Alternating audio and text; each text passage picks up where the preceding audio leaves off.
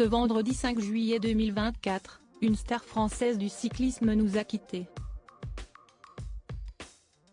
Raphaël Géminiani, qui avait fêté ses 99 ans il y a quelques semaines, a été annoncé mort par les dirigeants du Tour de France.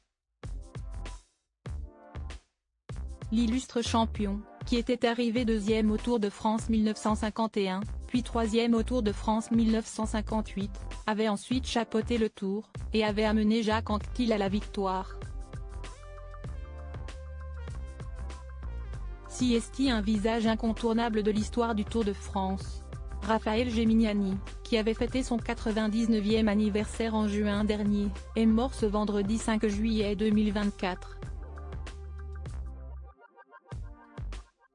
L'information a été officialisée par les dirigeants du Tour de France, qui ont tenu à lui rendre un hommage tout particulier en pleine retransmission de la 111e édition. Hommage à Raphaël Géminiani, brillant coureur puis directeur sportif et personnage emblématique du cyclisme français qui nous a quittés aujourd'hui à 99 ans, a posté le compte officiel du Tour sur X. Nos confrères de l'équipe sont eux aussi unanimes, et retiennent le parcours d'un grand parmi les grands, qui brillera avant de faire briller les autres. Il restera à jamais l'un des plus illustres personnages de son sport, comme coureur et directeur sportif.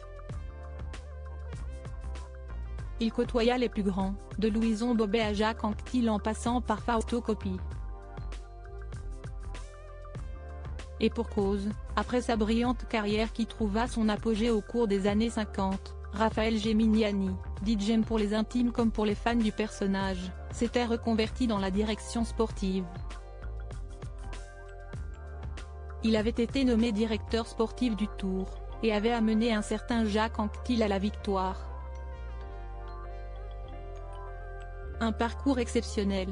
Et un brillant homme d'affaires. Le palmarès de Raphaël Géminiani est spectaculaire, et a de quoi faire rêver tous les cyclistes tricolores actuels, que sont Thibaut Pinot, Warren Barguil, Julian Alaphilippe ou Christophe Laporte.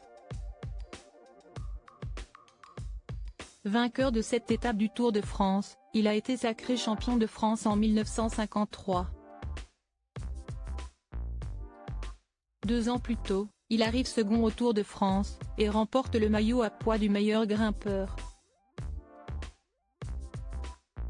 Il a également été troisième en 1958.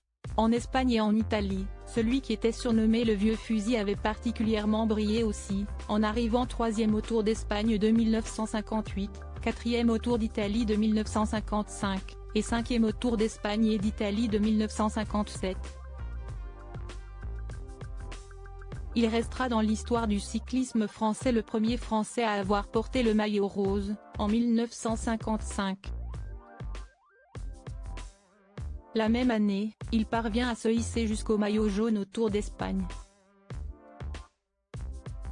Sur le Tour de France, il portera le maillot jaune pendant quelques étapes, en 1958. Au Tour d'Italie, il avait été sacré meilleur grimpeur à 2 reprises, en 1952 et 1957. Raphaël Géminiani aura également marqué l'histoire du cyclisme français pour des raisons plus étonnantes. Il est le premier joueur à avoir fait un partenariat publicitaire extra-sportif, en associant son nom à celui de la marque apéritive Saint-Raphaël. La pratique, jusqu'alors inédite, surprendra à l'époque, pour finalement se généraliser et se démocratiser par la suite.